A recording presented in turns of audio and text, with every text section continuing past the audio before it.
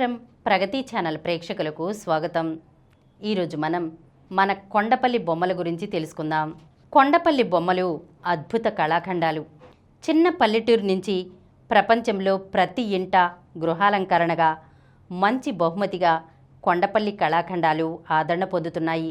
కొండపల్లి బొమ్మలు మన సంస్కృతి సంప్రదాయాల్లో ఒక భాగం. మన కళకు విశ్వప్రాచుర్యం లభించిన దీనిని మరింత ముందుకు తీసుకువెళ్లేందుకు జిల్లా యంత్రాంగం ఎక్స్పీరియన్స్ సెంటర్ ఏర్పాటు చేసి పర్యాటకంగా అభివృద్ధి చేస్తోంది. కొండపల్లిని అంతర్జాతీయ పటంలో పర్యాటక ప్రాంతంగా తీర్చిదిద్దేందుకు కొండపల్లి టాయ్స్ ఫెస్టివల్ 2026 నిర్వహిస్తోంది.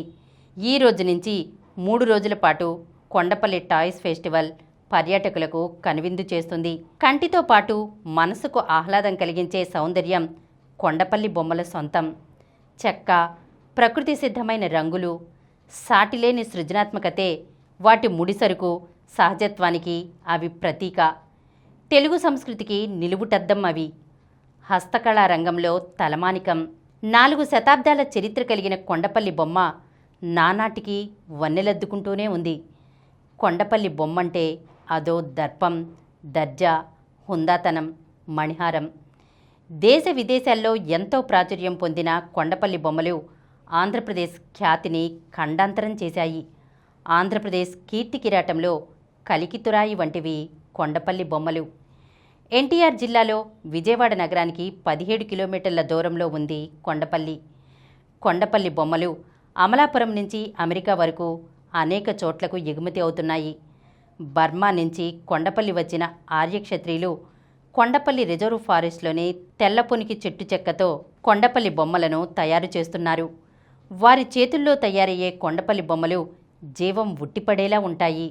ఎద్దుల బండి, ఏనుగు అంబారి, తాటి చెట్టు, దశావతారం, గీతోపదేశం, రామ పట్టాభిషేకం, డాన్సింగ్ డాల్ వంటి బొమ్మలు ఎంతో ప్రసిద్ధి చెందాయి. చిన్నారుల ఆట వస్తువులు, గృహోపకరణాలు, పక్షులు, జంతువులు, పెళ్ళికొడుకు, పెళ్లికూతురు బొమ్మలతో పాటు ఇటీవల టీపాయ్స్ తయారు చేస్తున్నారు. దేశ విదేశాలకు ఎగుమతి చేస్తున్నారు. వినియోగదారుల అభిరుచి మేరకు మార్కెటింగ్ పోటీని ఎదుర్కొనేలా విభిన్న ఆలోచనలు కళాకారులు చేస్తున్నారు. క్రీస్తుపూర్వం 1447 విజయనగర శాసనం, 1594 నాటి చంద్రగిరి శాసనం, 1802 నాటి కాంచీపురం శాసనాల్లో కొండపల్లి బొమ్మలకు పెద్దపీట వేశారు. ఈ బొమ్మల తయారీ కళాకారులకు వారసత్వం ద్వారా వచ్చిన నైపుణ్యమే. ఎలాంటి శిక్షణ లేదు. అయినా వారి చేతుల్లో అద్భుతంగా బొమ్మలు రూపుదిద్దుకుంటున్నాయి, అబ్బురపరుస్తున్నాయి. దసరా, సంక్రాంతి వస్తే తెలుగు లోగిళ్లలో ఆడపిల్లలు బొమ్మల కొలువులు పెడుతుంటారు. కొత్త బొమ్మలు కొనుగోలు చేయడం ఆచారంగా వస్తుంటుంది.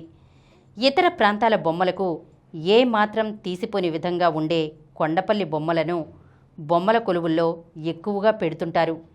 తెలుగు లోగిళ్లలో ఏర్పాటు చేస్తున్న బొమ్మల కొలువుల్లో కొండపల్లి బొమ్మలు ప్రత్యేకతను చాటుకుంటున్నాయి. ఎన్టీఆర్ జిల్లా కలెక్టర్ డాక్టర్ జి లక్ష్మీశా నేతృత్వంలో కొండపల్లి ఖిల్లా దిగువ భాగంలో హస్తకళాకారుల వీధిలో ఎక్స్పీరియన్స్ సెంటర్ను ఏర్పాటు చేశారు. అందులో కొండపల్లి హస్తకళాకారుల ఉత్పాదకతను పెంపొందించుకునేందుకు ఆధునిక యంత్రాలను సరఫరా చేసి వాటి మీద శిక్షణ ఇస్తున్నారు. ఢిల్లీలోని school of planning and architecture సహకారంతో కొండపల్లి కోటను, హస్తకళా రంగాన్ని అభివృద్ధి చేస్తున్నారు. హస్తకళాకారుల సమస్యలు తెలుసుకుని వాటిని పరిష్కరించేందుకు కృషి చేస్తున్నారు. హస్తకళాకారుల నైపుణ్యాన్ని మరింత మెరుగుపరిచేందుకు మార్చి 8న కొండపల్లి బొమ్మల తయారీ పోటీలు నిర్వహించారు. విజేతలకు ₹1,00,000 విలువ చేసే బహుమతులు, సర్టిఫికెట్లను పండగలో అందజేయనున్నారు. రాష్ట్ర వ్యాప్తంగా ఏర్పాటు చేసే ప్రదర్శనలకు వెళ్లేందుకు, కొండపల్లి బొమ్మలను తరలించేందుకు కొండపల్లిలోని హస్తకళాకారులు అనేక వ్యయప్రయాసలకు గురయ్యేవారు. ఇప్పుడు తొలిసారిగా కొండపల్లిలోనే బొమ్మలు తయారయ్యే చోటే ప్రదర్శన ఏర్పాటు చేయడంతో హస్తకళాకారులు హర్షం వ్యక్తం చేస్తున్నారు. కొండపల్లి బొమ్మల పండుగ ఈ రోజు నుంచి 3 రోజుల పాటు అత్యంత వైభవంగా జరగనుందని కలెక్టర్ డాక్టర్ జి లక్ష్మీశా తెలిపారు. మన ఘన సంస్కృతిని భావితరాలకు అందించాలనే ఉద్దేశంతో ప్రత్యేక కార్యక్రమాలు నిర్వహిస్తున్నామన్నారు. కొండపల్లి గ్రామాన్ని శుక్రవారం ఆయన సందర్శించారు.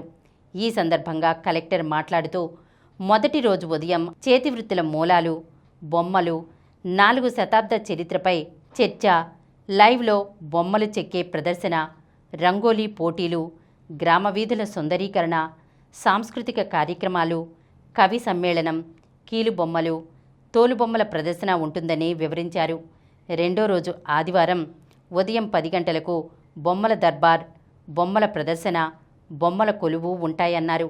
అనంతరం కొండపల్లి బొమ్మల కళాకారులకు తెల్లపొనిక చెట్టు వనరులను అందించడం, పాలసీ దృక్కోణంపై చర్చ, women from back rooms to బోర్డ్ రూమ్స్పై చర్చ, కొండపల్లి కార్నివాల్, జానపద ప్రదర్శనలు, కళాకారుల ఊరేగింపులు, సాంస్కృతిక కార్యక్రమాలు, కీలుబొమ్మలు, తోలుబొమ్మల ప్రదర్శన ఉంటాయని కలెక్టర్ వివరించారు.